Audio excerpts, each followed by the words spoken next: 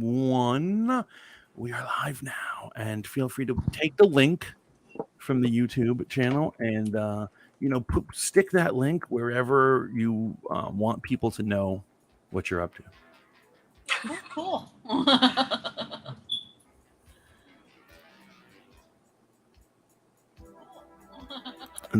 And then we'll get into it in just a moment.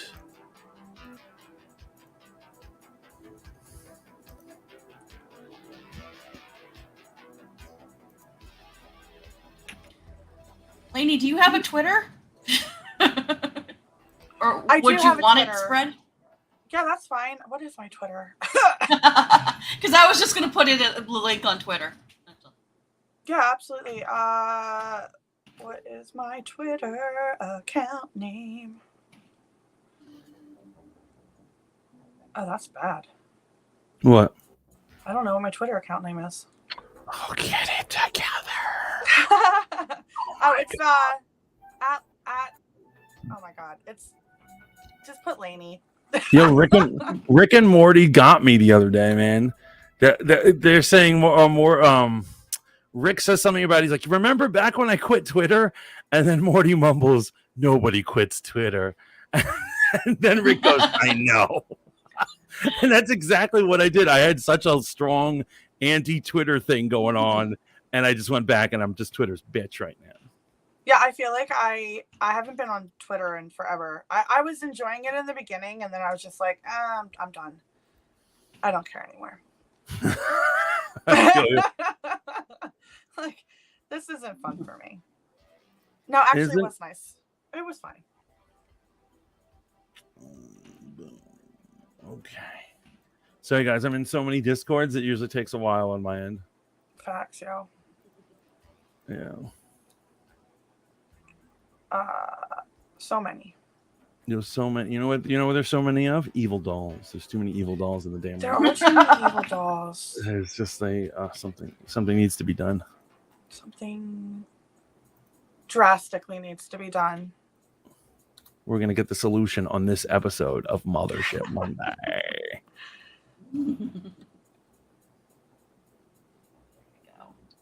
Wow, I really am a part of way too many. Yeah, I don't know half these people. Oh my god, I know all of them. Okay. Like, when you go through, it's like, wow, there's like 20 different. Oh, I'm not even close to being done. So. Okay, yeah, no, do your thing.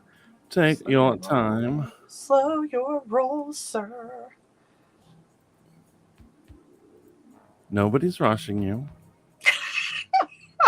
No, I'm kidding. I am rushing you. Hurry up. I know you're rushing me. Exactly. I'm anxious to talk about evil dolls. You're anxious always. Don't even try that. Oh, right. That's me. Anxiety.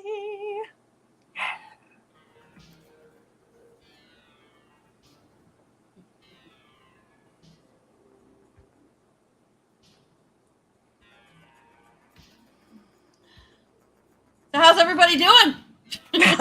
I am living the dream right now. And so everyone in chat, we see a couple people already in here in chat. We're gonna start. Mothership Monday's gonna start. 2 shakes of a lamb's tail. Hi guys. Oh, I should enter the YouTube channel.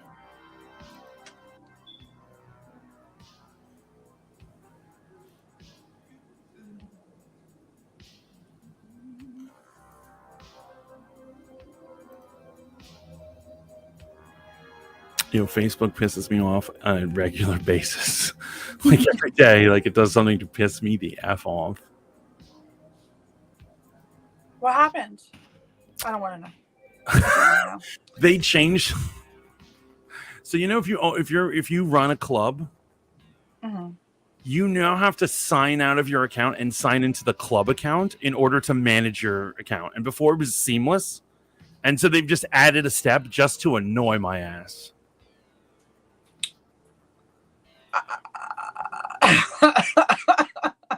Animals. Freaking animals. How dare they? But we're gonna get to the bottom of that today on Mothership Monday. The animals of Facebook? Wait, what? I kid. We're only talking about evil dolls today. Yes, there we go. I mean, we can talk about other stuff. I don't want you to think that I. That is the topic. We stick to topic. Okay. On this show. I don't know what kind of podcast you think this is, but we stick to the topics. Okay. And when we go off the rails, it's always let's get back. Yeah, we can get back on track. Of course, we can go on the sides. I've got a few side notes. I'm already planning on bringing up.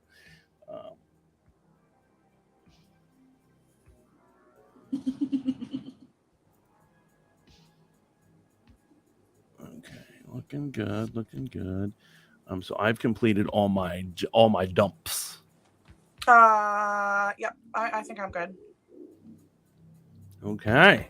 And once again, we don't have theme music. So we're just going to start this bad boy off. Welcome to Mothership Monday. I am the Fat Mantis, and I'm here with my co-host, Lainey O. The lovely, amazing Lainey O. And we have a very special guest today, off of the fame and the critically acclaimed podcast Grim Inquiries off of Spoon. We have GREY WINTHROP. How are you today, GREY?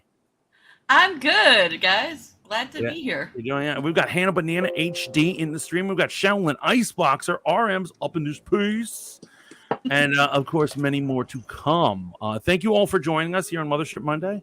Today's topic is evil dolls.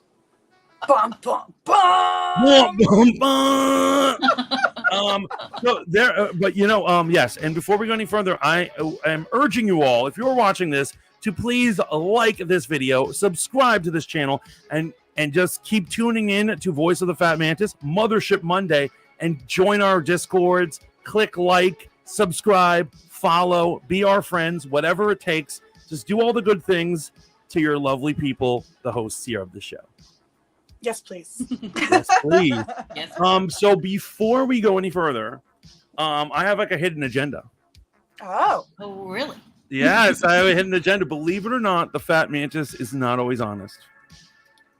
Oh, really? oh my goodness. Because you see, I'm going to need the chat's help in this too, because today is not just Mothership Monday. It is GREY WINTHROP's birthday. Happy birthday, GREY. Happy birthday, Greg. And of course, it's not a birthday unless we put this bad boy on. Yeah! Thanks, everybody. From the KIDS Radio birthday party. Yes, it's your favorite fun time radio DJ speaking to you on this special day with a very merry. Oh my God, he's me. For a very merry Christmas. He's a DJ. Your birthday. Someone out there is celebrating one. So let's all Such a join weird song. I love it. Happy indeed. Come on now. It's a weird flex, guys. You know what? It's so like every time we drop it on other people, they're like, "What are you playing for me?" Yeah. Happy freaking birthday, GREY, says Miss Hippie. Public Friends says happy birthday, GREY. Happy birthday to you. Happy birthday. You have to remember that I had this album as a child, and we put it on the record player. Yes, record. Yes, it was an actual record. We're old enough to know what a record is, not unironically, right? I mean, records came back. Let's stop with the ages. People are like, record, was your mom a DJ? No, her mother. Let's make this one super party. You over there, and you in the super fun. Most people. Sing together. One more time. Yeah, this is as loud as we can get it. Happy birthday to you. Remember, this is Ronald McDonald singing this too. Yeah, and somebody's recording off of a vinyl in their garage. Yeah. Thank you, Miss Hippie. Happy birthday. Happy birthday. I love it here. I'm having so much fun right now. This is great. It's so funny because nobody knows the song, so they can't sing along. Because it's like new to them. It's like literally just happy birthday, but Yeah. to me, it's a great flex. Like They couldn't get the rights to the real birthday song. that darn Ronald McDonald.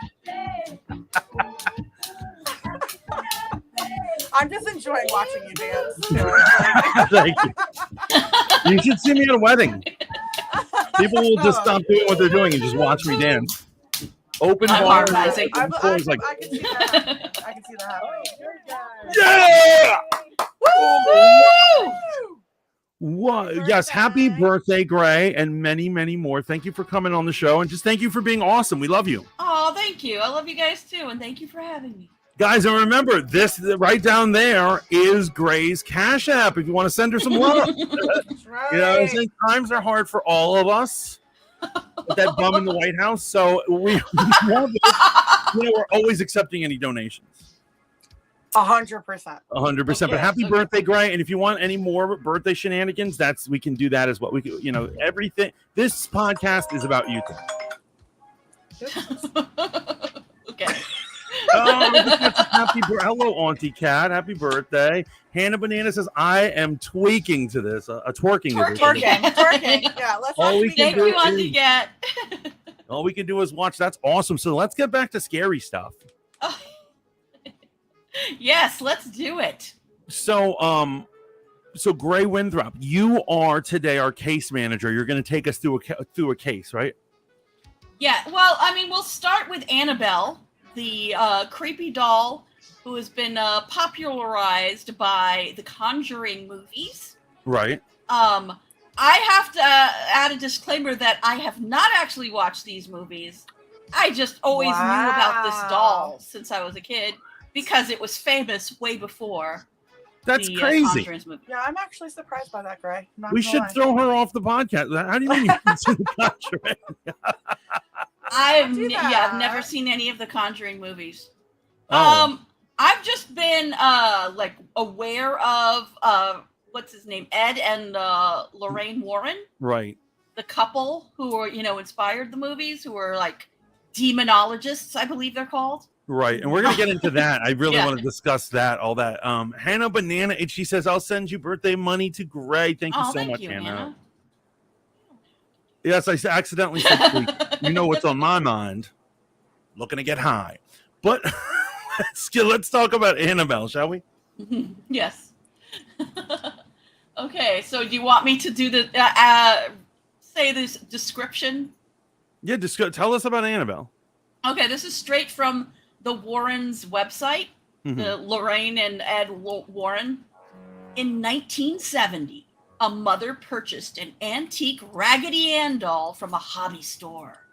The doll was a present for her daughter Donna on her birthday. Donna, at the time, was a student in college, preparing to graduate with her nursing degree, and resided in a tiny apartment with her roommate Angie, a nurse as well. Pleased with the doll, Donna placed it on her bed as a decoration and didn't give it a second thought until a few days later. Within that time, both Donna and Angie noticed that there appeared to be something very strange and creepy about the doll. The doll apparently moved on its own, relatively unnoticeable movements at first, like a change in position. But as time passed, the movement became more noticeable. Donna and Angie would come home to find the doll in a completely different room from which they had left it. Sometimes the doll would be found cross-legged on the couch with its arms folded. Other times it was found upright, standing on its feet, oh God, leaning against a chair in the dining room. Those things don't have spines, so they shouldn't be able to be Right, seen. Raggedy Ann dolls can't do that. I can't do anything else. Several times, Donna, placing the doll on the couch before leaving for work, would return home to find the doll back in her room on the bed with the door closed.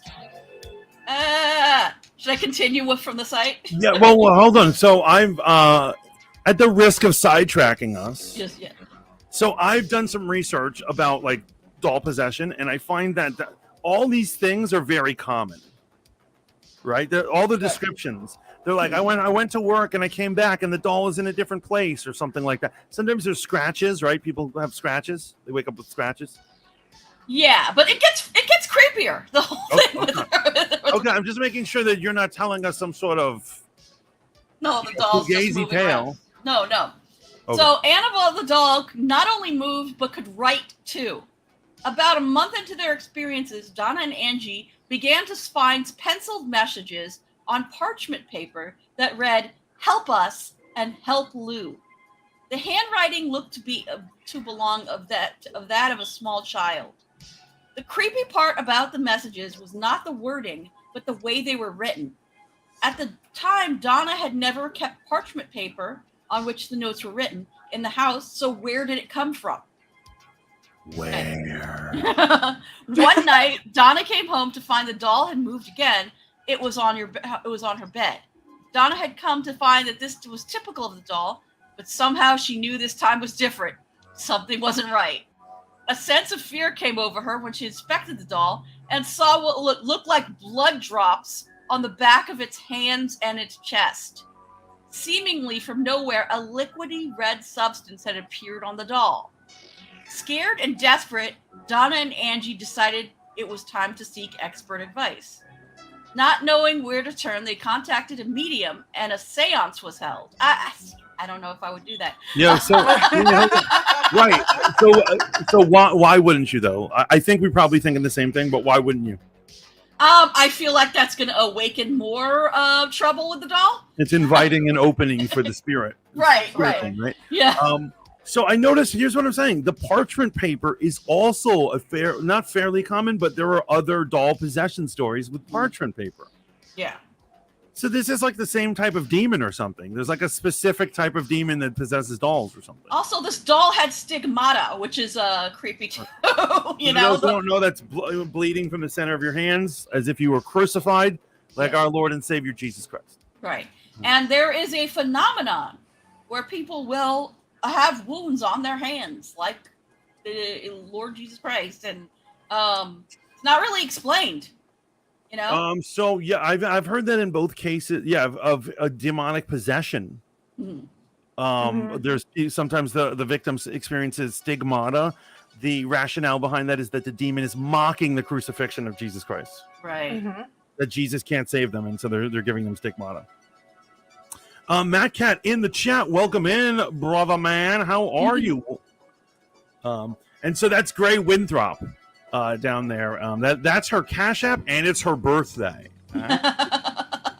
So tell us more about this case. Tell us more. Okay, so the medium then introduced them to the spirit of Annabell Higgins. The medium related the story of Annabell to both Donna and Angie. Annabell was a young girl that resided on the property before the apartments were built. They were happy times. She was a young girl of only 7 years old when her lifeless body was found in the field upon the apartment complex where it now stands. This is not well written, sorry. Oh, yeah, they never are. They never are, right? Yeah, the spirit related to the medium that she felt comfortable with Donna and Angie and wanted to stay with them and be loved. Aww. Feeling compassion for Annabell and her story, Donna gave her permission to inhabit the doll and live with them. They were soon to find one more out. time. Wait, can you go back? Who gave her position? Who gave her permission to inhabit the doll? Donna, the student nurse who first found the doll. Her. Right. Okay. Right. So, her mom had purchased the doll, but the spirit who was living on the property entered the doll. But wait, so real quick, just so a nurse is visited by the spirit of a young girl. She's like, you can possess this doll, and then she sold the doll to a unsuspecting woman? No. Okay, so Jeez. Donna's mother. Donna was the student nurse who lived with Angie, right? In the apartment complex. Okay. The doll was just a regular doll when Donna's mom gave it to her. The spirit who was already on the apartment complex property decided by herself to inhabit the doll. Okay, so no one gave her express permission. Right. But the medium told them that that Annabell wanted to stay in the doll. Yeah. And so Donna was like, that's fine, you can stay with us. That's basically where we're at now. Okay, I don't believe in doll possession though. Dolls are creepy. Yo, Matt, we're gonna convince you. Just sitting through this episode, you're gonna be convinced. Love Mikey in the chat, and thank you so much for the hi, bits. Thank you. Much love, brother. Much love. Thank you so much. Shaolin says, "Oh boy." I think Mikey hates the dolls as well. And Hannah Banana says, "Lainey, what did you do differently today? Different outfit, makeup, or hair?" All of the above. All of the above. She's a new woman. All of the, yeah, that's right. And apparently so is Annabell Higgins. She's a Absolutely. doll lady now. She's a doll lady now. That's right. Okay, go on. Okay, so well, we can get into like my backstory with dolls later. Mantis knows all about this, but Oh, I definitely have to know. There's always a backstory with dolls, isn't there? yeah. Okay. But so okay, now remember earlier in the story, there had been parchment paper that said "Help us" and "Help Lou," right? Yeah, help Lou. Yeah, Lou, Lou, like Louis or Louise or whatever. Yeah. However, they actually did know somebody named Lou, Donna and Angie, right? Mm. And they, this friend of theirs, somebody named Lou, was had known about the doll since Donna got the doll, and Lou had never been fond of the doll, and on several occasions warned Donna that it was evil and told her to get rid of it. Donna had a compassionate tie to the doll and was not giving much credence to Lou's feelings, and she kept it. Donna's decision, it turns out, was a terrible mistake. Lou awoke one night from a deep sleep and in a panic. Once again, he had a recurring bad dream. Only this time, somehow, something felt different. It was as though he was awake but couldn't move. He looked around the room but couldn't discern anything out of the ordinary. And then it happened. Looking down towards his feet, he saw the doll, Annabell. It began to slowly glide up his leg, moved over his chest, and then stopped. Within seconds, the doll was strangling him. Paralyzed and gasping for breath, Lou, at the point of asphyxiation, blacked out. Lou awoke the next morning, certain it wasn't a dream. Lou was determined to rid himself of that doll and the spirit that possessed it. Lou, however, would have one more terrifying experience with Annabell. Lou must be Angie's boyfriend. That's what it is. Because I was like, how is Lou involved with this doll? But preparing for a road trip the next day, Lou and Angie were reading over maps alone in her apartment. Wait, before you go on to the next thing, I have a strange question. Yes. Did anyone ever look into the possibility, and I know it's weird that the doll would be a witness, Yeah. did anyone go into the possibility that Lou murdered Annabell in the first place? I don't know. I guess we're gonna have to continue. Because why would she target this dude? He's done nothing to her. He's, Yeah, but you know what? But He's no, the one who because- wants to get rid of the doll. Exactly. Like Donna and Angie are fine with the doll. Okay. Yeah. And they're basically treating the doll like a real human being. She's just hating on him because he's a dude. Maybe. Yeah. Typical Easy woman. to do. Okay, let's get on to the next event. Doll misogyny, right? Yeah, these dolls, man, they're such haters, man. Yeah. Light up the leg and chest. Yeah, I was like, Yeah. that's why. The only doll I'm interested in is a love doll. Oh my Oh, god. It's actually interesting. When I was making the artwork for this one, for the cover, I was looking at all these different wallpapers that have dolls on them, and then I see like a blow up doll, and I was like, nah, that wouldn't be appropriate. But that would have been funny if our cover was a blow up doll. That would have been hilarious. that would have been hilarious. But I'm sorry, I digress. Let's continue. Okay. So, preparing for a road trip the next day, Lou and Angie were reading over maps alone in her apartment. The apartment seemed eerily quiet. Suddenly, rustling sounds coming from Donna's room aroused fear that someone had possibly broken into the apartment. Wouldn't they already know it's the doll? Okay, never mind. Right. Lou determined to find out who or what it was, and he quietly made his way out to the bedroom door. He waited for the noises to stop before entering and turning on the light. The room was empty except for Annabell, who was tossed on the floor in the corner. Wait 1 second. I have to tell somebody something.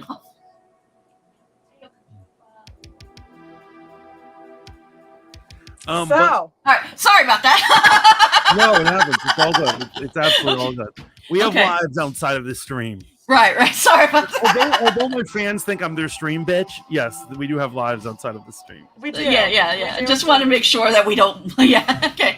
All right. It's your So. birthday, Gray. You couldn't do anything wrong today. Okay. Thank you. Oh. So, Annabell was tossed on the floor in the corner. Lou scoured the room for forced entry, but nothing was out of place. But as he got closer to the doll, he got the distinct impression that somebody was behind him. Spinning around, he was quick to realize that nobody else was there. Then in a flash, he found himself grabbing for his chest, doubled over, cut and bleeding. His shirt was stained with blood, and upon opening his shirt, there on his chest were what looked like to be 7 distinct claw marks, 3 vertically and 4 horizontally. All were hot like burns. These scratches healed almost immediately, half gone the next day, fully gone by day 2. Yo, so this is hard. This is, if stuff like that, I can take like a doll trying to choke me, but when it has invisible claws, I would break up with a girl rather than come back to that apartment. Right? Yeah. I would be like, I'm not going to this house anymore with your creepy possessed doll. Sorry. Lane, you tell me you're going back to that apartment after invisible claws cut you? No, hell no. I would not go back to that apartment. Yeah, you're out, right? No, I'm out. Unless I'm cleansing that apartment. No. Yeah. But no, I would also be worried that the ghost was clinging to her, so I'd be like, I'm sorry, it's over. Okay, but do you really still think it's a ghost? Well, we're going to discuss at the end of this what we think it actually is. There we go. Okay. Because I think I've got a boatload of theories.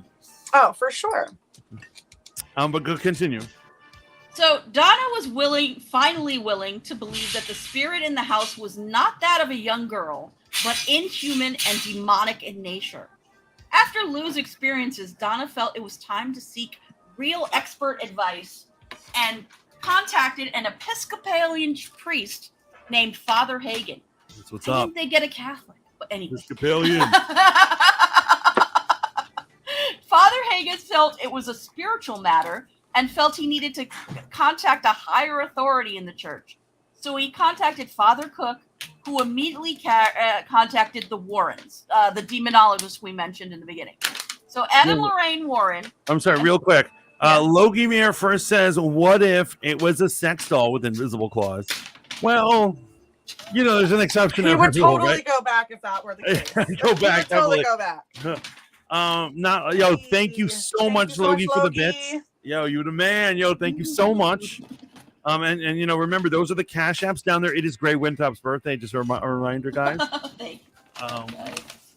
Father Hagen. Dun. Okay, so if you're gonna do it, you gotta do it right. I'm just gonna put that out there. Okay. Okay, you would do it for us. I already did. Dun. Hey, thank you very much. Yo, so what I'm wondering is how does one get a job as a demonologist? Because I'm wondering if they're taking interns. Yeah, right. That would be a job, That man. would be a job. That would be a great job. But I'm wondering what are their credentials? Do you know, Greg? Demonologist for Ed and Lorraine. Let's see. What is their level of education? What is it? What allows them to put demonologist on their card, business card? I'm guessing that it's not. So Edward was a self-taught and self-professed demonologist, author, and lecturer. Lorraine professed to be clairvoyant and a light trance medium. So they don't even have degrees from metaphysical content. Here's the thing, though. In 1952, the Warrens founded the New England Society for Psychic Research. So they created their own ghost hunting group. Yo, that's crazy! I know that group. Yeah, they were like the first. I hear about that group all the time, actually, when I'm doing research on stuff. Oh wow! I didn't know they their own society of yeah. Okay, cool. But I mean, it is funny that they're self-taught and that a priest took them seriously enough. Well, he probably had dealt with them before. They're pretty well known by the 70s. Yo, actually, no. This was supposedly their first case was Annabell. Supposedly. Well, they had the Psychic Research Society from 1952. Right. This, right. I think this is probably their first. Oh no! Sorry, the cat's getting out. Yeah. It was Annabell. Annabell chased her. I thought it was a doll. No, we were I trying. thought the doll was getting her, right? She was being murdered. Oh my goodness. Okay. I feed the outdoor cats, and my cat likes to go harass the outdoor cats, so we have to keep her in the room when the cats are the back door is open. Sorry. Yo, All Sea right. Witch says happy birthday. Welcome in, Sea Witch. Thank you so much. Okay. Timmy is awesome. What up? Thank you for the bits, Timmy. Thank you, Okay, Timmy. back, yay. Okay. Probably education in demonology, but I'm saying, what college do you go to get a degree in demonology? Do you think you go to a college? It's probably through the church, no? So, I tried to, like I said, I tried to be a ufologist, and the problem is that there are colleges that teach you, but they're not accredited. There are a bunch of crackpots who are working out of a basement. So it's just, you walk in and they immediately put a tinfoil cap on your head, and they're like, it's like Doc Brown from Back to the Future is running it or whatever. That sounds perfect. Let's go. Yeah. I want to be a part of this school. Thank you. I don't need to be accredited. Logie Bear says, can someone explain the idea of an outdoor cat? Logie Bear, no animal was meant to be encaged for its entire life. Animals should go out. My cats go out. I let my cats out. They want to get some air. They want to go for a walk. They want to feel the dirt between their toes.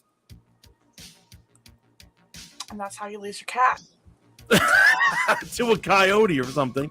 Probably a apprenticeship with the church. Yeah, I That's mean, what I I'm guess. saying. Thank you, Auntie Cat. See? Thank you.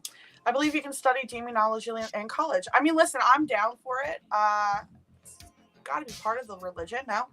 You go to a bullshit university. Yes, you do. Yeah, because I know. Yeah, no, there's a bunch of like colleges. There are colleges that will teach you this stuff, but I'm wondering what is the most legit, and what is really just like a group who's going to rip you off, basically. I mean, they're probably all ripping you off. I don't know. Who knows the answers? But Gray, are you still there? Annabell got her. Oh my God. Okay, so here's my idea. This is just a side thing. Okay. There should be, basically, we're in a horror movie right now called Deadstream. Okay. Get it? Deadstream, Yeah, Deadstream. no, I totally got And then it. the Animal Doll's going around killing streamers. Because we're talking about her. Starting with listen. Gray. I'm back. I had just had to unmute. You know how StreamYard is, where they will randomly unmute your mic? Yeah, it happens, I took a shadow work class that taught me how to do exorcisms. That's what's up, That's man. pretty badass. Yeah. I'd like to know how to do an exorcism. I have one. Oh yeah. So Logie Beer says, I mean, a cat that stays exclusively. I mean, outside. Yeah, that's just. You're just feeding a local bummy cat. Yeah, I'm okay. So Logan, I'm feeding feral cats outside. My cat is not a feral cat anymore. It's the equivalent of giving like some change to a homeless person. You're just giving the cat a can of food or something. That's a good analogy, yeah. I have one and live in the country. She takes out all kinds of pests and leaves their riddled corpses for me as a trophy. I love her. That's amazing. So did you? Fun fact, and we're totally getting off of. We're totally off. We are, but I just want to get fun facts. Supposedly, cats that actually leave you animal carcasses think that you can't take care of yourself, so they're hunting for you. I don't believe that. I believe it. I do. Cats So I used to have a cat that was a better outdoor cat. She wouldn't just go outside. She would hunt. And sometimes she wouldn't like the food we gave her. And then she would just go, her name was Mitzi. And she was morbidly obese. And the raccoons were all scared of her. And every morning, like if she spent the night out, she'd leave at the doorstep Excuse me, Mitzi was big boned. She would leave it like a headless chipmunk at the door. And she does not think that I'm incapable. I think she was sharing what she killed. I think your cat was definitely thought that you were incapable and 100%. But that's neither here nor there. We need to get back on. May have been demonic itself. Just saying, headless chipmunk. Oh God. Auntie Cat says, "Can I die first, even though I don't stream anymore?" It's okay, Auntie Cat. Apparently, nobody streams anymore, so yes, you can die first. Wow. No, nobody does stream anymore. He says, "Stop feeding those cats. They're gonna give you ringworm." Okay, my cat already is FIV positive, actually, because she was originally a feral Bye, Miss cat. Hippie.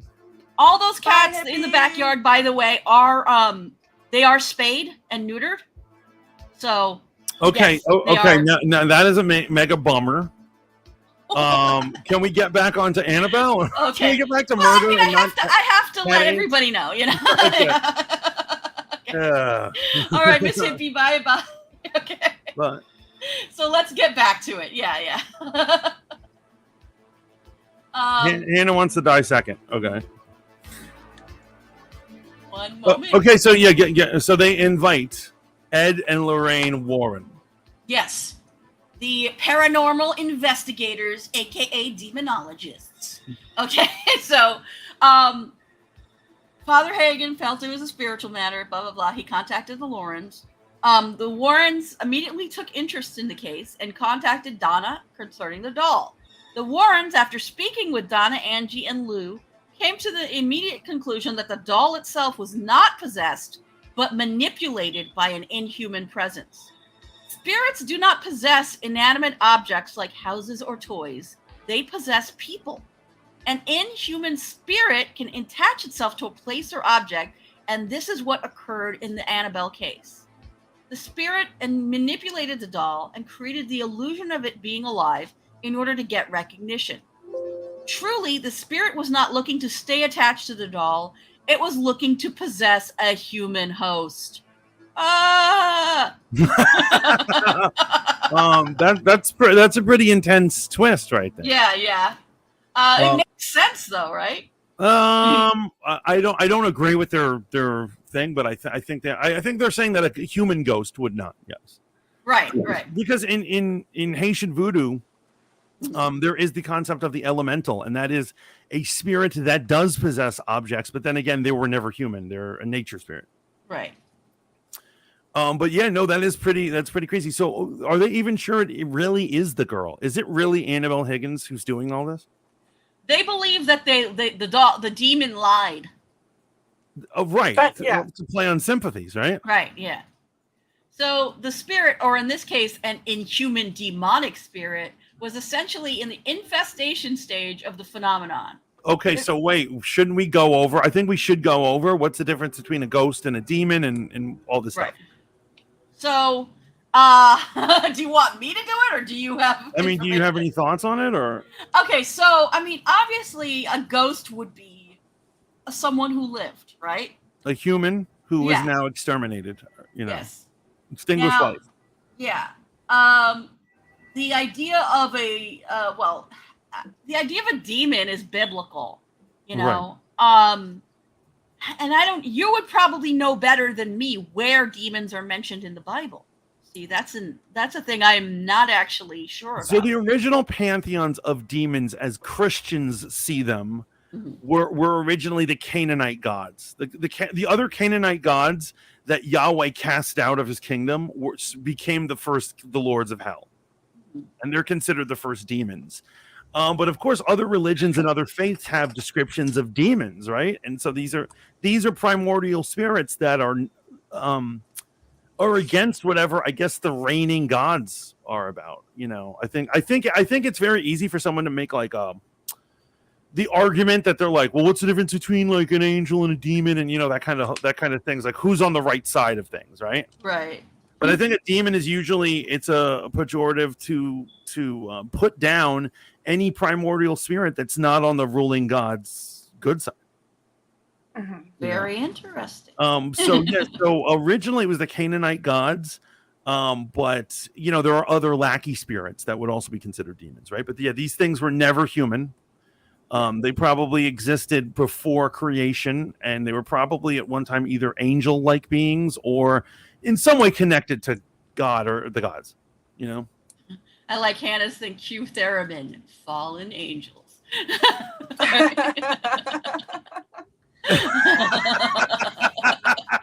That is good. Okay, so the idea is that it's not actually a little girl who got killed. So it would be a demon, some Right. unworldly thing that wants to hurt people, right? Right. So the question is, was there ever a real Annabelle at all? That's a good question. Ooh. Oh, let me actually type this into Google right now. Was there ever? Or did it just completely make up the story of the dead girl? No, there had to have been a real Annabelle. That's so sad. That's... I mean, yeah, but most of these doll possessions start with a story of some death that has possessed the doll. But I do believe that Annabelle, I mean, a 7-year-old. Why would a 7-year-old spirit be so malicious? Is my question. Okay, so according to, I'm looking at r/paranormal on Reddit. There is no proof that there was ever a little girl named Annabelle Higgins. So of course was never. All claims of the doll originated from Ed and Lorraine Warren. There is no proof that there was ever such a person. So the ghost was lying, or not the ghost. The demon was lying that there was it's the spirit of a little girl to try to play on people's sympathies. Right. Okay, that's good to know. I'm glad there wasn't a murdered little girl, because that's an upsetting topic. Yeah, I mean, if you Google the name Annabelle Higgins, most of the results are going to be from the Conjuring movies, and I'd just like to say that's not actually that's not a real person. So don't get confused with the story of the Conjuring. Yeah. Okay. But yeah, going back to the should we get back to the story? Yeah, okay. Absolutely. Okay. So the spirit first began moving the doll around the apartment by means of teleportation to arouse the occupants' curiosity in hopes that they would give it recognition. Then, predictably, the mistake of bringing a medium into... See, it was a mistake! Bringing a medium into the apartment to communicate it with it. The inhuman spirit, now able to communicate through the medium, preyed on the girl's emotional vulnerabilities by pretending to be a rather harmless, lost young girl, during which the seance was allowed permission from Donna to haunt the apartment. Right. Insofar as demonic is a negative spirit, it then began setting about to cause patently negative phenomena to occur. Right. It aroused fear through the weird movements of the doll. It brought about the materialization of disturbing handwritten notes, the symbolic drops of blood on the doll, and ultimately it even attacked Lou, leaving behind the symbolic mark of the beast. The next... Wait, real quick, Hannah says so it wasn't real. So she wasn't real. She was not real. She was a lie that the demon had said. That the demon had said. Correct. Which makes sense, because I think if you say you're a primordial spirit that was cast into hell, you're not going to defend it. But if it's a little girl who was killed, you're like, oh, let's get a medium to talk to her. Yeah, man, those demons are sly. Going skating, y'all have a great... Bye, Timmy is awesome. Have a great night. I live that dream. So Lainey had asked earlier, why would the ghost of a 7-year-old girl be malicious? Mm-hmm. And the thing is that I don't know what creates a ghost, but it is possible that being bitter because you were murdered could make anyone malicious, right? Or you're just confused. True. Yeah, if you're confused and you want attention as a ghost, I can see ghosts who are like innocent in their life being,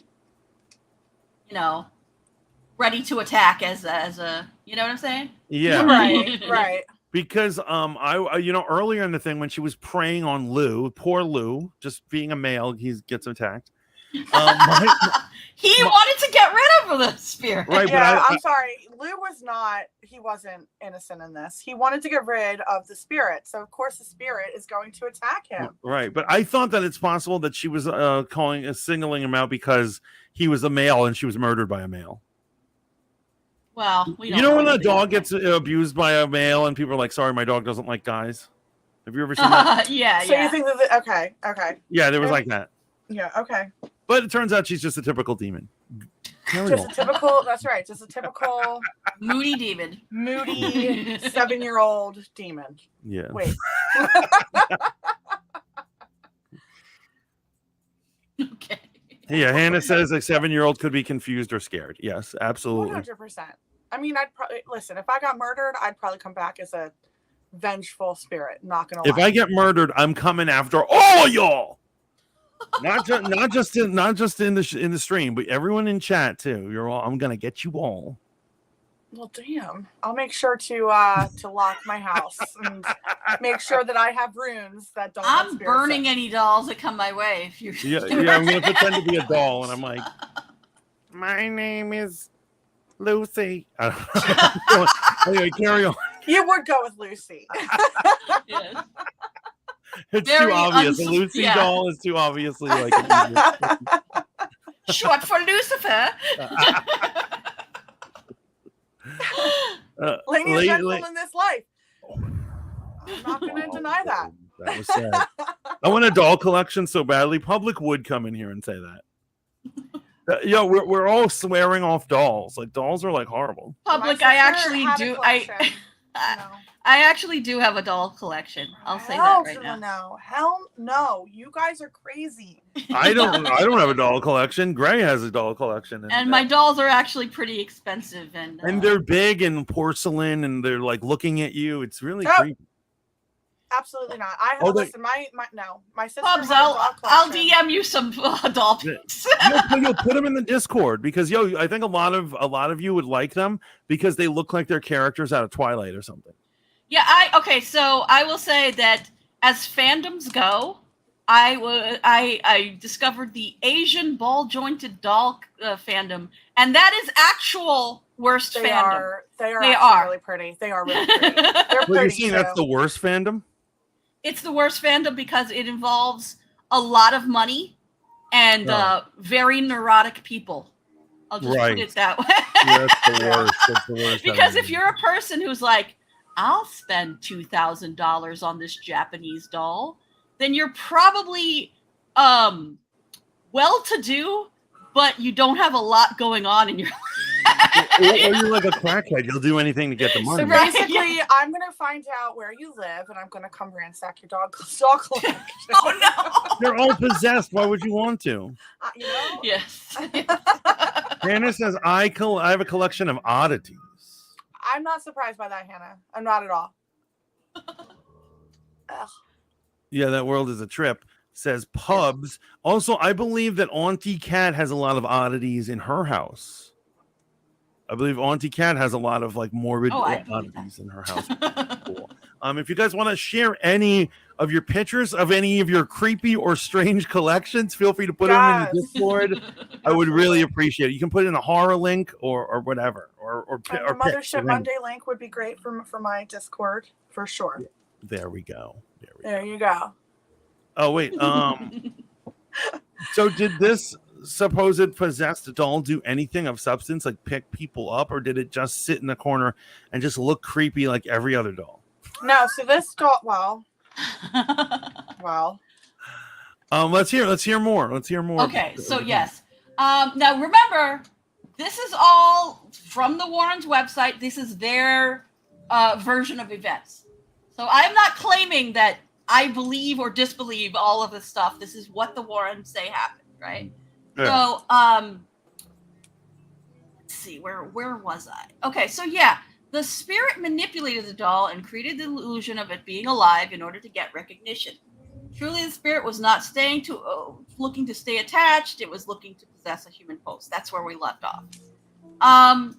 So yeah, if the experiences that they had lasted another 2 or 3 more weeks, the spirit would have completely possessed, if not harmed or killed, one or all of the occupants in the house.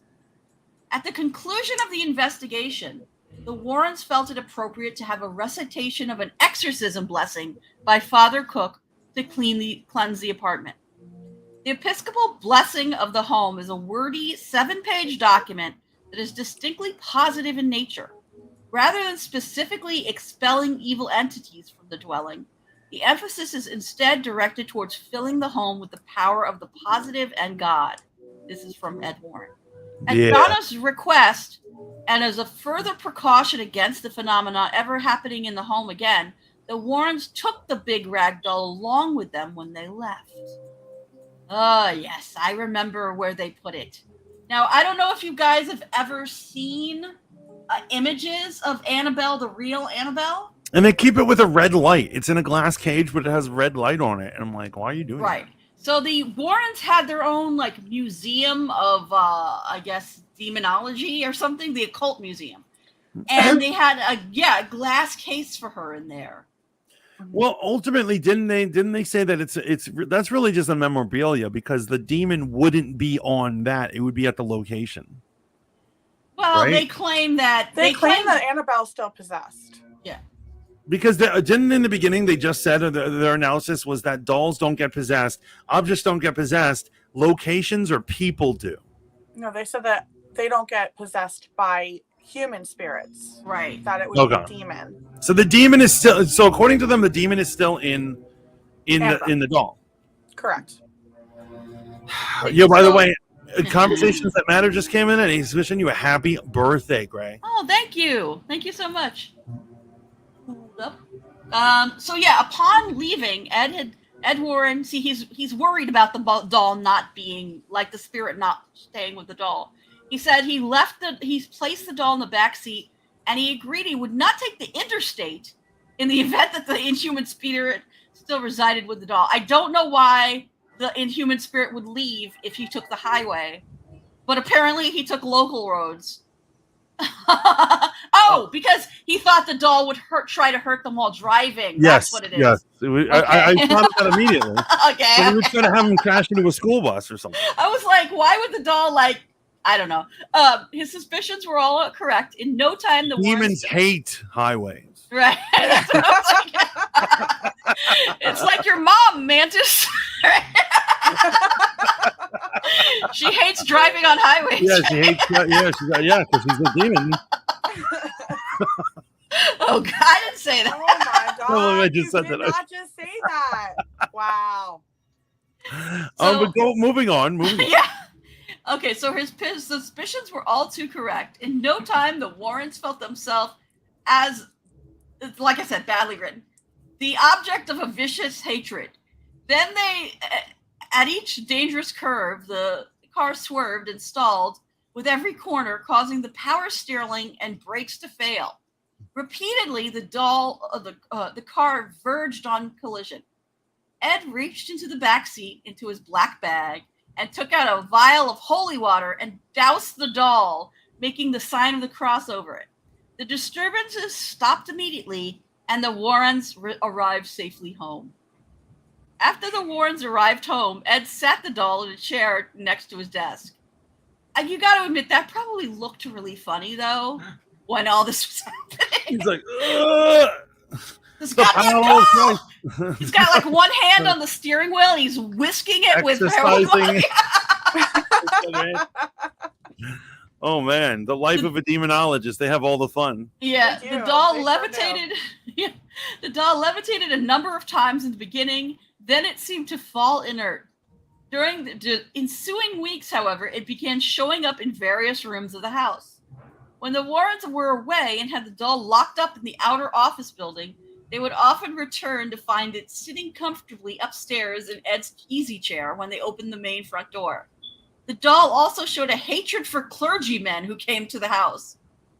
In one instance, Father Jason Bradford, a Catholic exorcist, came to the house.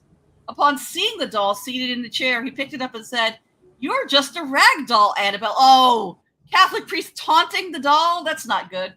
"You can't hurt anyone," said the priest, and tossed the doll back in the chair, at which point Ed exclaimed, "That's one thing you better not say."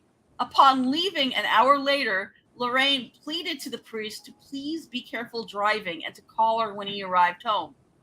Lorraine discerned tragedy for this young priest, but he had to go his way. A few hours later, Father Jason called Lorraine and explained that his brakes had failed as he entered a busy intersection. He was involved in a near-fatal accident, destroying his vehicle.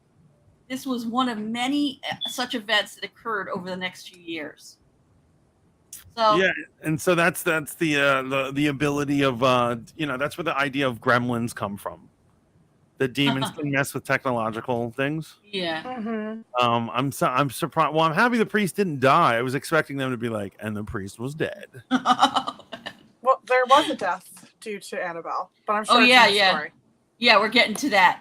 So Yeah. they had this special case built for Annabelle inside the occult museum where she resides to this day. Well, actually, the museum's closed. I don't know where Annabelle is now, but since the case was built, Annabelle no longer appeared to move, but she is thought to be responsible for the death of a young man who came to the museum on motorcycle with his girlfriend. The young man, after hearing Ed's account of the doll, defiantly went up and started to bang on the case, insisting that if the doll can put scratches on people, then he also wanted to be scratched. Ed said to the young man, "Son, you need to leave," and put him out of the building. On the way home, the young man and his girlfriend were laughing and making fun of the doll when he lost control of his motorcycle and went head-on into a tree. The young man was killed instantly, but his girlfriend survived and was hospitalized for over a year. When asked what happened, the young woman explained they were laughing about the doll when they lost control of the motorcycle. Ed warns you not to challenge evil, that no man is more powerful than Satan. Dum, dum, dum. And that's the end of the story from their site. Yo. Dun, dun, dun. Wow. Okay, so we need to not make fun of Annabelle in this cast. I wish we had known to do that in the first place. Yeah, we don't know where she is right now. But if she can, maybe she can hear us. Maybe she knows that I'm mocking her. Maybe they sold it at like a garage sale, and she's terrorizing some neighborhood nearby. As far as people know, she's still in the museum. The museum is still a thing today, and she is still locked up in a case. It's just not open to the public. Correct. Oh, okay. Right. So because I'll just say Ed and Lorraine are dead. They both have died. They did, yes. Yeah, so we don't know what happened. I assume the New England Institute of Psychic Research still owns it or whatever. Okay. But it makes sense that I mean they shouldn't, in my opinion, because I believe in this sort of stuff. They should not open it to the public. That sounds utterly insane to open it. You wouldn't. So if you had the chance, you would not go and see Annabelle in her cage and. Well, I wouldn't go knocking on the case. I wouldn't like that go dumbass. harassing her. I wouldn't go harass her. No, but you wouldn't want to go and see that. I would totally go to the 100%. And then you'd be dead. No, because I wouldn't. I would respect Annabelle. It's not like I'm going to sit there and say, "Annabelle, you stupid doll, like kill me." No, but what if she sees you and she's like, "This is the one. This is the one that's going to help me escape." Cool. Oh God. I just don't want. Maybe I would. Maybe then I would.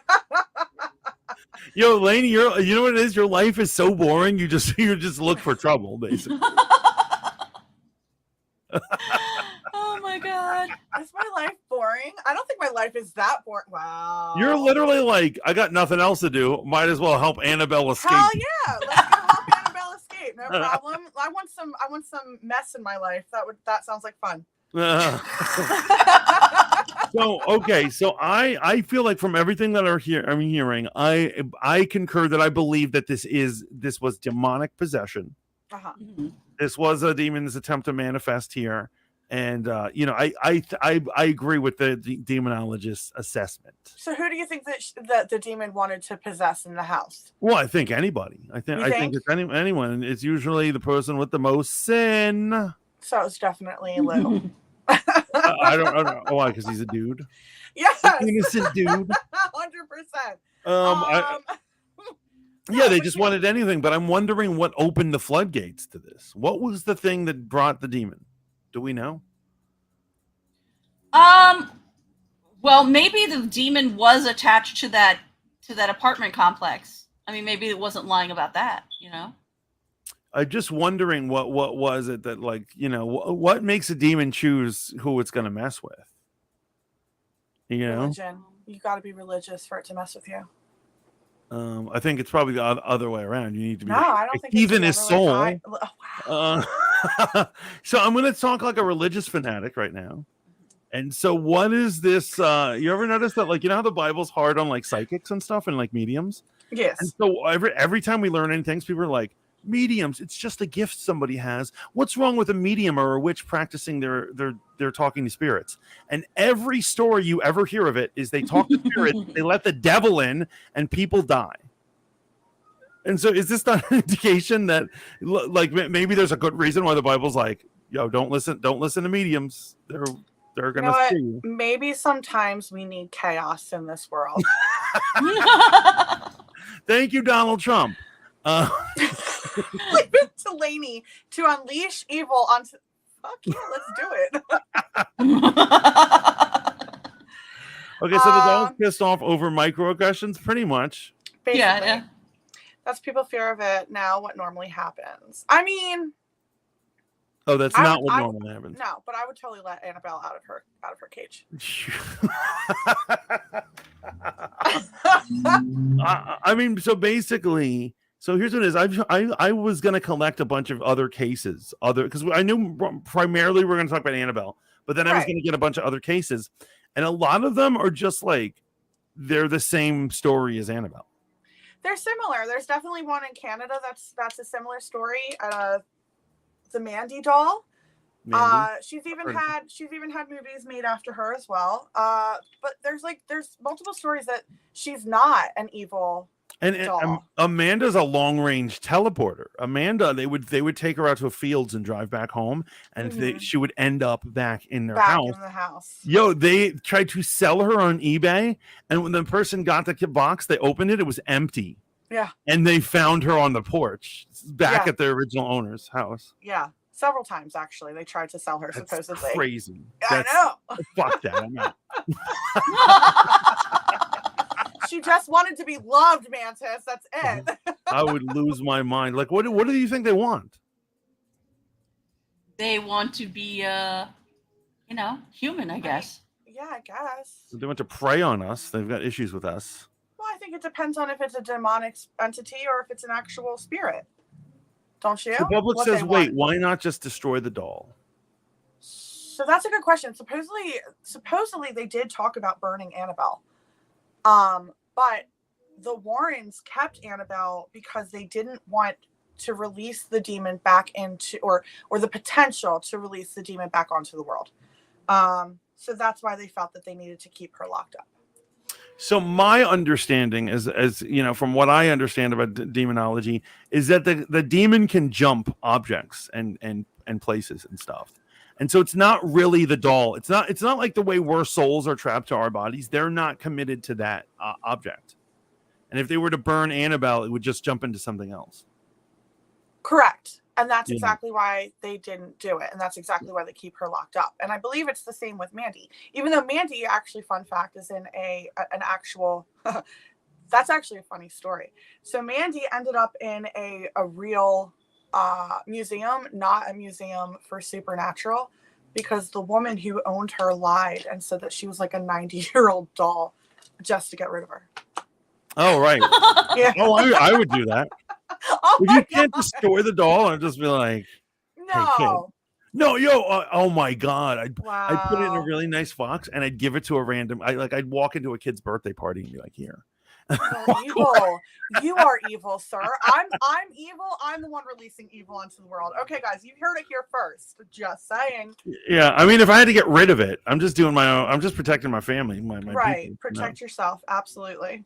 The Warrens pay for that doll. No. That's the a Warrens good did not pay for question. the doll. I don't believe Who they paid gets for the the money? And also, whatever happened to poor Lou? I never heard what happened to poor Lou. Lou survived. That's a good question. Yeah. I don't think it happened. So, here's what it is, because Just so you know, I did upload a few of my doll photos in your occult zone Okay. Yeah. on Smart. Discord. Thank you so Rogue much. Planets Discord, yes. Yeah, thank you. So the whole thing is, so you know my whole theory about poltergeists, right? What's that? Yeah. So What's your theory on poltergeist? so what it is a majority of cases about a poltergeist, and for those who don't know, poltergeists are supposedly rage-filled spirits that are very aggressively use telekinesis against the house they're haunting. Mhm. Like, you walk out of a room, you come back, and every drawer and door is open. Right. that kind of shit, or some, crazy shaking and like all this stuff and like radical like outrage, right? Right. And that's the main theory, is that they're ghosts that do that. But there's a secondary theory, which I'm a big believer in. The majority of really like hard to disprove poltergeist tales have young children in the house living at the time. And the theory is that it's the kid's telekinetic ability. The kid is psychic and it's them doing it. It's not a ghost. Right. And so sometimes I think it is possible that some of these ghost hauntings, these doll hauntings, are actually the kids moving the dolls with their minds. But there were no children in the instance of Annabelle. So right. That's why I believe that it is a demon in Annabelle's case. But there are other cases that I've been reading. And it's, the main thing is like, oh, the doll's moving around. It moves on its own. And it has like a kid who really loves the doll. And that's why they won't get rid of the doll. And I'm like, it's the kid who's moving the doll. So do you know the story of Robert? Please tell us.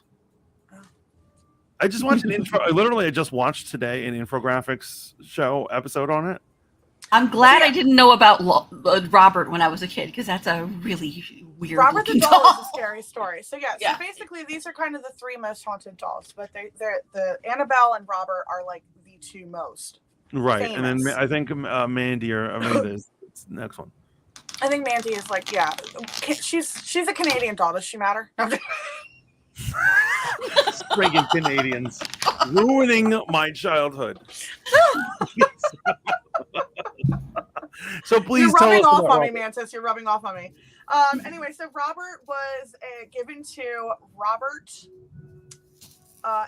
Eugene Otto, who is a very famous artist. But the story begins when Eugene was very young, because he went by Eugene, not Robert. He named the doll Robert after himself. It was given to him by his, I believe it was his maid. Like, she had actually like handcrafted the doll and gave the doll to him. And they would. But it's porcelain, right? It's like it's like one of those porcelain. Old school. Oh no, what is Robert? No, Mandy is porcelain. What is Mandy's porcelain. Robert is like almost foam like, with yarn hair, and he's made of mostly foam. Okay. So the story basically is that the parent, like he attached to this doll very quickly, and they would hear giggling and talking amongst Robert and Eugene. And the parents thought that it was like him trying to like kind of ventriloquist the doll. But the voice was too low for it to be a child's voice. Eugene would not get rid of the doll. He was so attached to the doll that it almost became an obsession. He would not get rid of the doll. I know, right? I mean, I guess I get obsessed with inanimate objects like my duck, so. But we all do that. That's fine, especially when you're a little kid. It's like your imaginary friend. It's your buddy, right? Yeah. So, real quick, a Robert detail. Can I tell a Robert detail? Go ahead. This one scared the hell out of me. So I'm already watching it. I'm thinking this is a poltergeist case. The kid's telekinetic. I've solved it.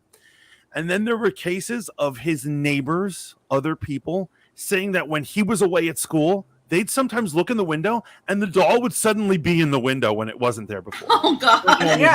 It's looking out at the people.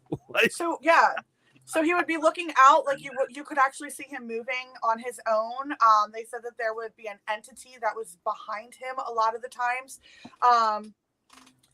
Robert's scary, man. Also, Robert is a vindictive prick too. If you go see him, make sure you ask him for permission to take his photo, because if you don't, people have literally been haunted after they've left Robert, and there are hundreds and hundreds of notes asking for his forgiveness that are stapled up like around where he is in Florida, Key West, Florida. Right. But anyway, so the story basically goes that Eugene was so obsessed with this doll, his wife begged him to get rid of the doll. He did finally get married. The doll drove his wife insane. Like literally, she went off her rocker. And wait, the kid would grow up with the doll and still be best friends with the doll, and still be best friends with the doll. Creep. He's a creepy son of a bitch. When he married his wife, so he lived in the mansion that he grew up in. His parents had passed away. He lived in the mansion where he had grown up, and he gave Robert his very own bedroom, which was up in the attic. And Robert said that he asked that he doesn't want to be in the attic. He wants to be in one of the main rooms downstairs. They oblige. They gave him a rocking chair. I know. They gave him a rocking chair. The wife was distraught, didn't want the doll. He drove the wife absolutely insane. And then after the wife passed away, Eugene was still painting, and he would have the doll sit in a rocking chair and he would converse with the doll while he was painting. After Eugene passed away, supposedly there is another story where a little girl found Robert, and it was very similar. She became very attached, was having conversations with the doll, but the doll still had a male voice. But I think freaking freaky. Anyway, so then they finally gave it to the museum in Key West, and that is where the doll remains. Yeah. Honest, why don't we outlaw dolls? No. Your dolls are beautiful, by the way. There are a bunch of these crazy tales. Like for instance, I was researching one, and when it was about a German Jewish girl, and the story is that like a doll was made to, like, back in the day, and this is creepy. This creeps the fuck out. Like, why do people do this? They used to make dolls that looked like actual children, and they used to use the children's hair to give the doll the hair.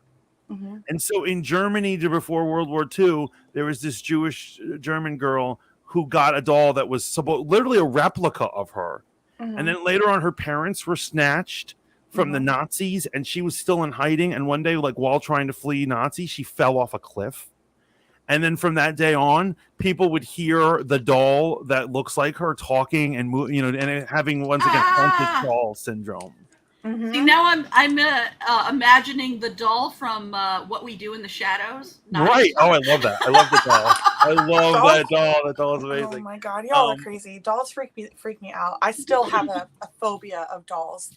Well, then you're gonna love this next one. Public, I'm gonna answer your question in just 1 second. Well, do you know about the Isle of Dolls?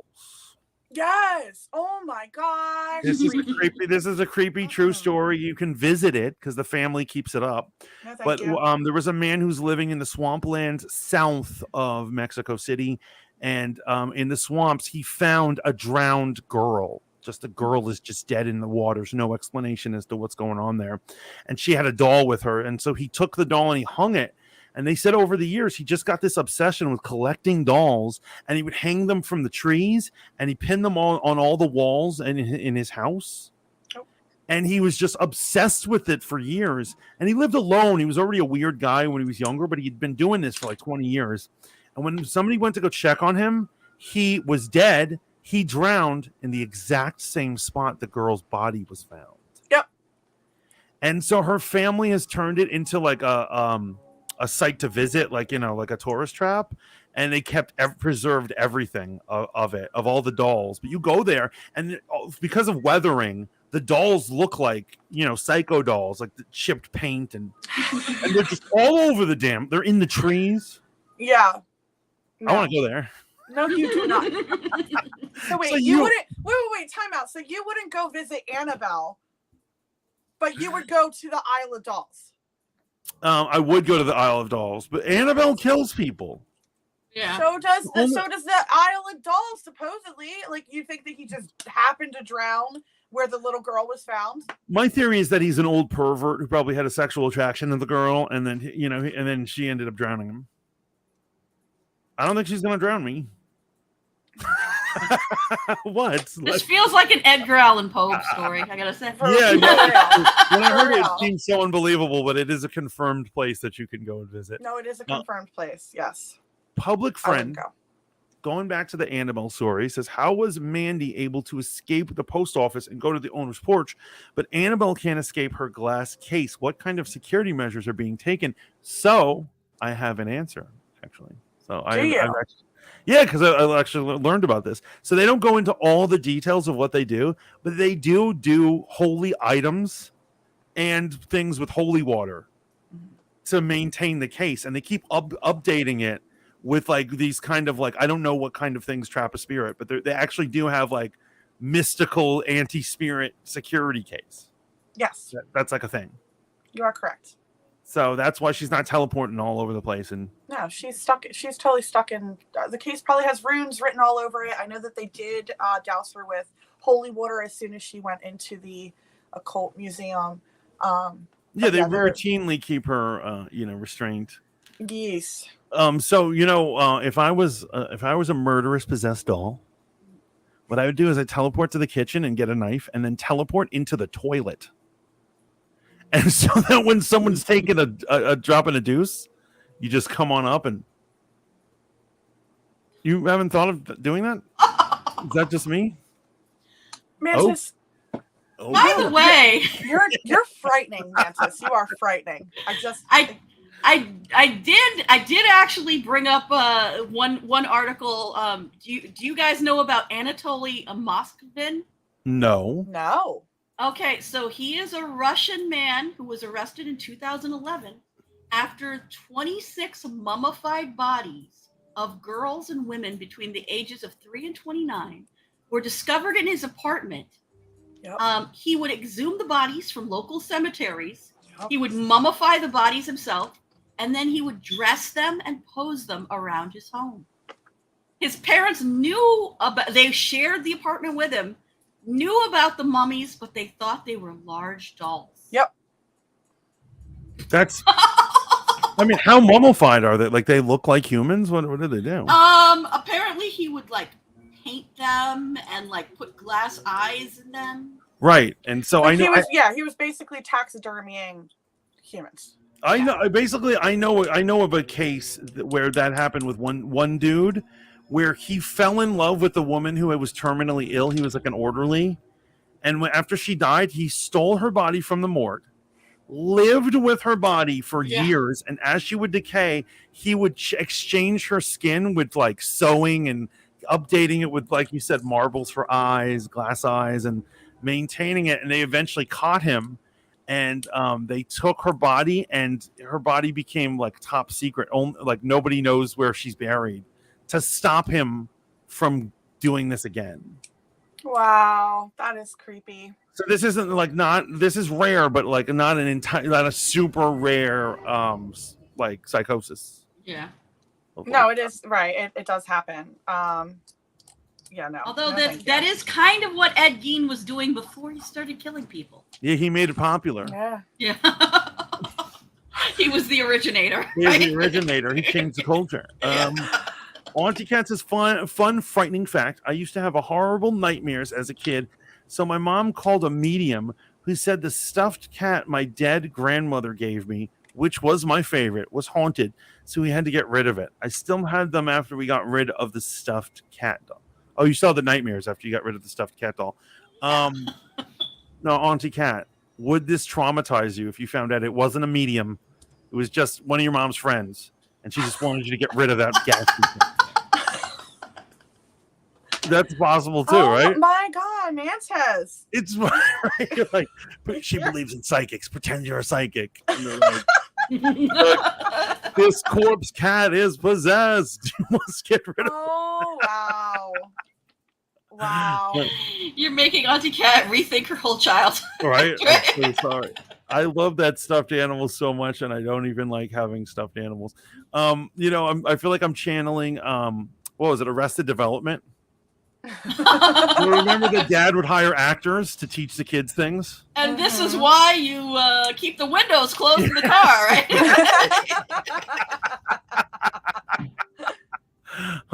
Folks, and fucking love swamps. They're one of the spookiest ecosystems. I agree, man. And 100%. The creatures there are all predatory, blood-sucking freaks, right? Yes, they are. That is one of the freakiest places on the planet. Yes. Oh, I think he's referring to the Isle Dogs.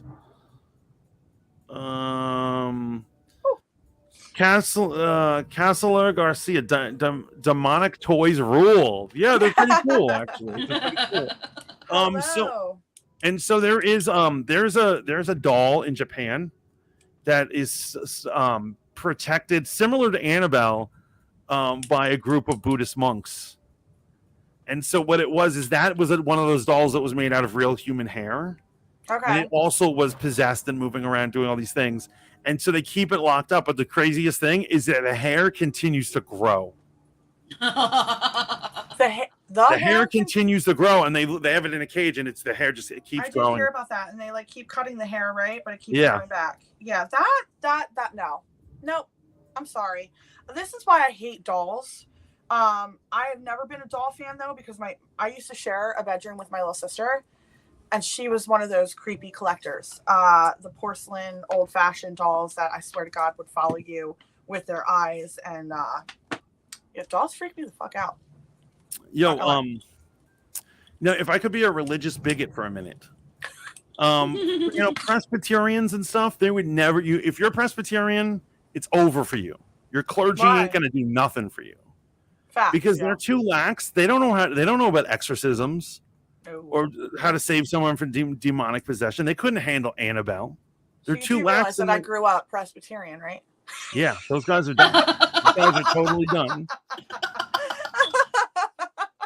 Let's go. Yo, you need an Episcopalian, you need a Catholic, you need a Serbian Orthodox. You need somebody who does Latin mass. Yeah, Latin and hand gestures and stuff, and they're like, while they're doing the thing. Like, I'm just saying. Castler Garcia says Puppet Master films and Dolls films are good to watch. Yes, they are. Yes, they are. Are there any good doll films that we're thinking of off the top of our head? Puppet Master and Puppet Master 2 are great movies. They 80s. Are good. They're really good. Honestly, I enjoyed the Annabelle movies. I thought that they were great. They were well done. Obviously they changed the doll because when you look at a rag doll, all I see is adorableness. Yes, it's hard to believe that Raggedy Ann is the devil. Right? So I actually had a Raggedy Ann doll when I was a kid. Me too. I heard I watched a television show about Annabelle, about the real Annabelle and her in her case in the Warrens' home or museum, and I was like, I don't want my Raggedy Ann doll anymore. No, is that real? That really did happen. Yeah, that's my mom. Horrible. I'm so sorry. Yo, Public said I had an ET doll that traumatized the fuck out of me, but it wasn't haunted. It was just ugly.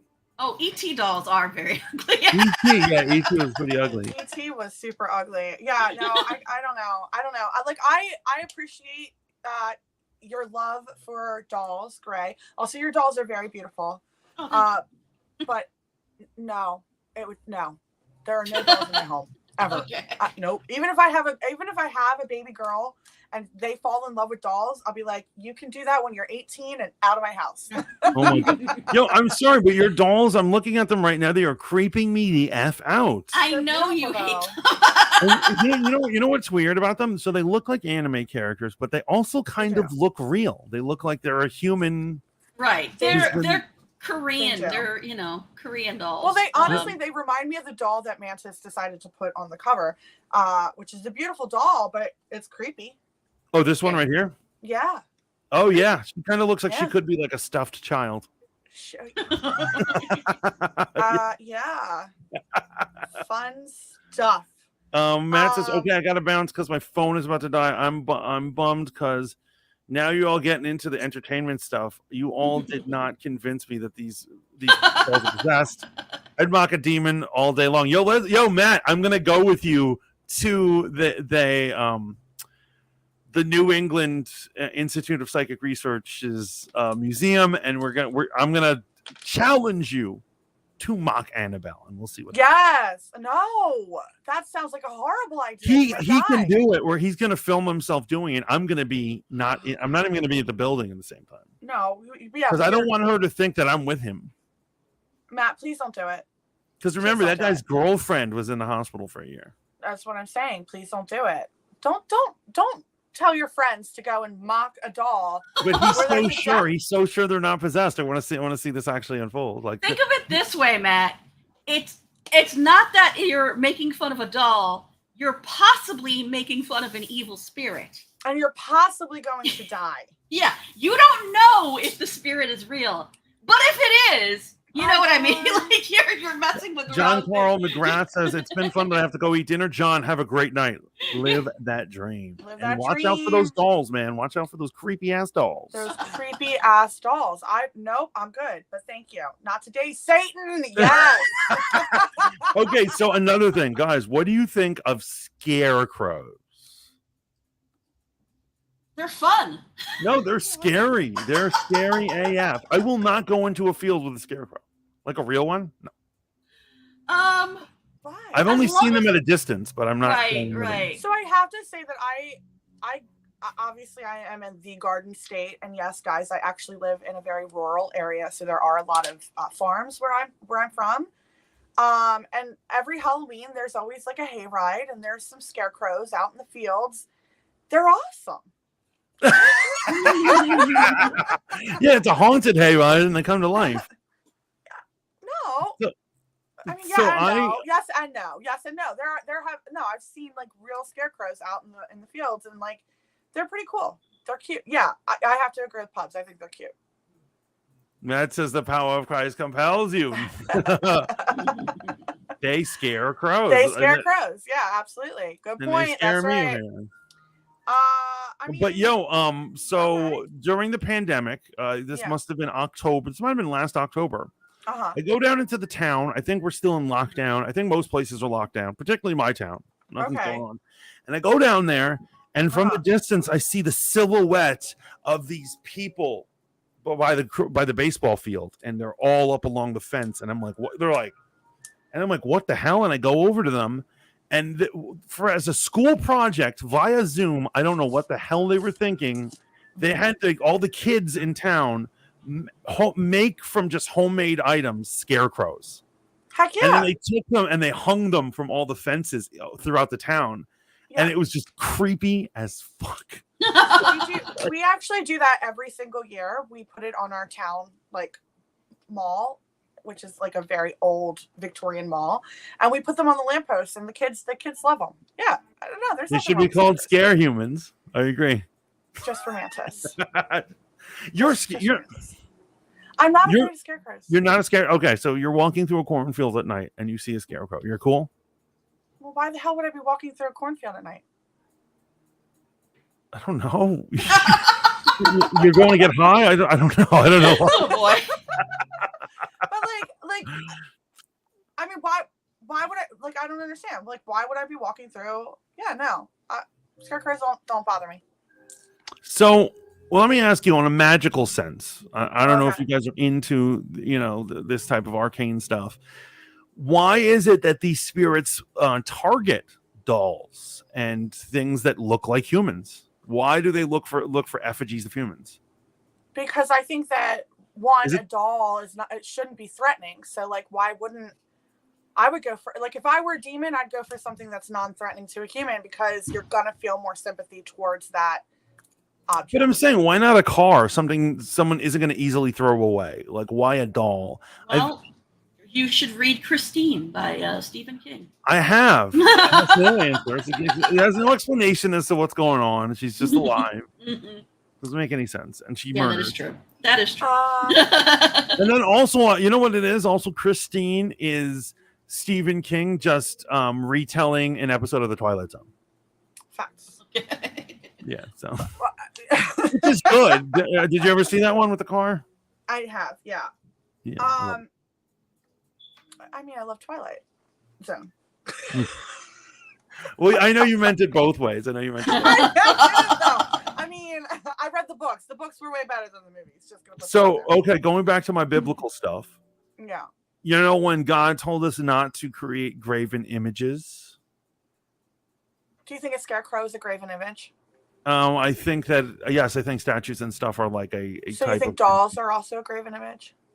Yeah, I think they're in the same line of thought process. You know what I'm saying? They're like they're cousin to the graven image.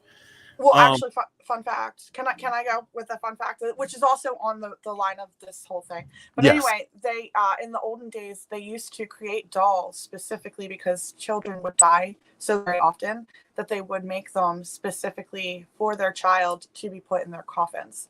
Yeah, and to be taken so they would take photos of their children after death. with the doll, and then the doll would be buried with them because they felt that it was like a friend for them to go into the heavens with. And there was one case where the doll actually came back to the house, and the father was like, "Wait, I know I buried this doll with my daughter." Dug up the grave, opened the coffin, placed the doll back in, and 2 days later, the doll reappeared.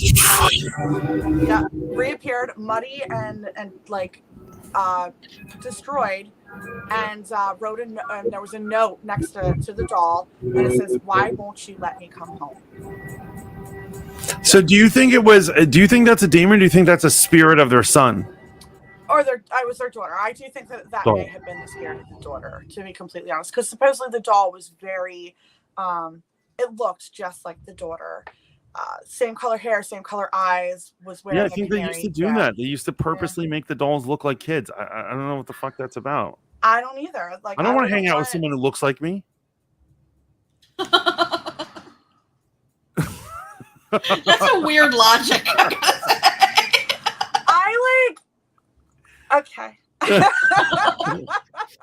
So there is a case actually of the haunted doll syndrome going on, and they couldn't get rid of the doll. They kept trying to get rid of the doll. It just wasn't working.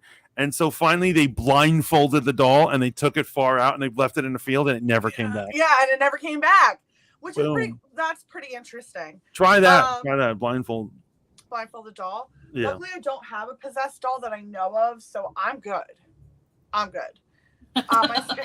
My scarecrow would be made out of bubble teacups. Hell yes, Sea Witch. That's what I'm saying. Scarecrows aren't. Anyway, if you were a demon, what would you possess and why?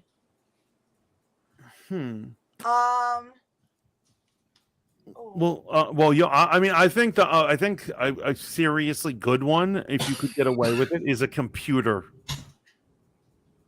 You could do all sorts of things to somebody with a computer. Okay, I like that. Communicate with them through a computer. Yo, you could totally. Oh my god, you could catfish them. You could catfish. Like you could respond to them in their in their tender. Well, maybe their phone. You all right there, Gray? Yeah, I just dropped my phone, laughing at Annabell. And so you could totally like respond to Tinder things and be like, and you're really the demon in the phone. Okay, that's an interesting. Me personally, I'd possess a human. For sure, I'd go full on. Well, okay, I think see what you're saying. If you couldn't get a human, you're not up to the human part. I'm not up to the human yet. A doll. I would possess a doll. A doll, right? What about you, Gray? It seems like well, first of all, I feel like the whole Annabell case, the spirit, the demon, wanted to attract the attention of the two girls. Yes. And it was obvious that the doll was a way to attract their attention. Correct. Yeah. So if you're a demon, if I was a demon, and I wanted to attract the attention of two young women, being a doll possessed by a supposed dead girl, that could be one way to do it. Yeah. Yeah. Steve was just, why would they reopen the casket? What a gruesome sight. So back in I don't know if they still do, but back in the day, there were many reasons why people dug people up. And so, and so there's many cases of that. And this is how we've discovered that people have been buried alive. Correct. Back in the olden days, it was less easy to diagnose death as it is now. Now we can actually, to a electrical degree, determine if someone has a heartbeat, even a faint one. But back in the day, a faint one was hard to detect, and so they would sometimes bury people alive. And when they would dig them up, if they suspected it for whatever reason, they would have claw marks on the people who were trying to get out of there. And there's actually a famous case of a woman. She was there and she buried her mother, and while they're at the funeral, multiple people thought they heard screaming somewhere. They were like, what? And they buried her, and they kept talking about it. And like a day later, they dug it up, and sure enough, she was alive down there. No thanks. Well, that's also where Saved by the Bell came from. They actually Fun fact: they would put tell them bells. the Saved by the Bell.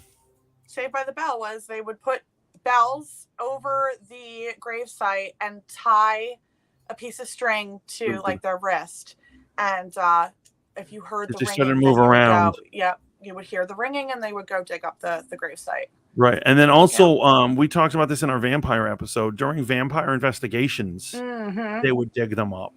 And so that's why I think that Mercy Brown, I absolutely believe Mercy Brown was a vampire. They give all these explanations as to why she didn't decay. They dug her up and she did not decay, and it was like a year later. It makes no sense. It makes absolutely no sense. Now, she was definitely a demon of the night. But yeah, I think that honestly, in this case, I believe he dug it up because the doll just came back. And like you said, did the daughter maybe dig herself out? How did the doll come out? I don't know. Weird. I mean, how do any of these things happen? So already something metaphysical is happening, right? So who knows what they can do? Right. Yeah, absolutely. I don't know. Absolutely. Do we have any other strange cases of hauntings of dolls or anything like that? No, I think I pinpointed what I wanted to talk about, Gray. I think that's it for me. Okay. Yeah. I had one last anecdote. There is a case of a possessed Elmo doll. Of course, the company will say that it was electronical mistake. Error. Right. Error, but they actually even got it on the news. This happened, I believe, in like 2007 or something. Correct. But they had a talking Elmo doll, and when the child was alone with it, it would make threats on the child's life. And you can program a kid's name into it, like his name was James, and then it was like, "I'm gonna kill James." Oh God! And it once made a reference to strangling him. And and then like basically the company just gave them a refund, and then they were like, "Here's a free doll" or something. No, they didn't even give them a refund. They gave them a voucher for a new doll. They're like, "Here, we're going to give you a voucher for a new Elmo." Like, I would sue the shit out of them and be like, "My little James is terrified and more like, oh my gosh, could you imagine though? No, thank you. Oh, look at what actually, public, what would you possess? And what would Sea-Witch says, I would possess I can't say that word on my stream.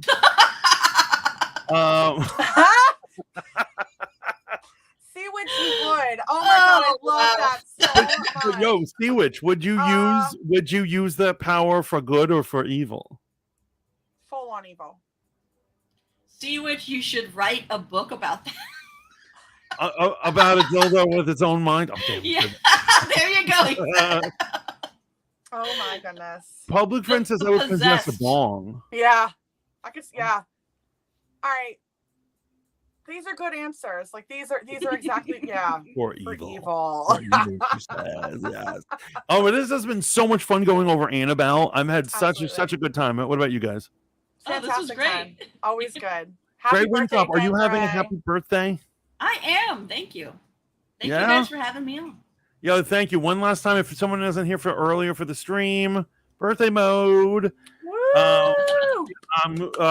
Lainey, are you ready to sing happy birthday to Grey? Sure. I'd love to sing happy birthday to Grey. You don't sound enthused about that, but we're going to do one last birthday shout out to Grey. Thank you. Ready? Happy birthday to you. Happy birthday to you. Happy birthday, dear Grey. Happy birthday to you. In the tune of Mantis. Yeah, there we go. Beautiful. Life in the tune of Mantis. It's my next album. Thank you, everybody. But yeah, everyone, thank you for stopping into Mothership Monday. It's funny, every time I look away from my screen and I look back, the doll on our overlay scares me. Like I look, I'm like, oh.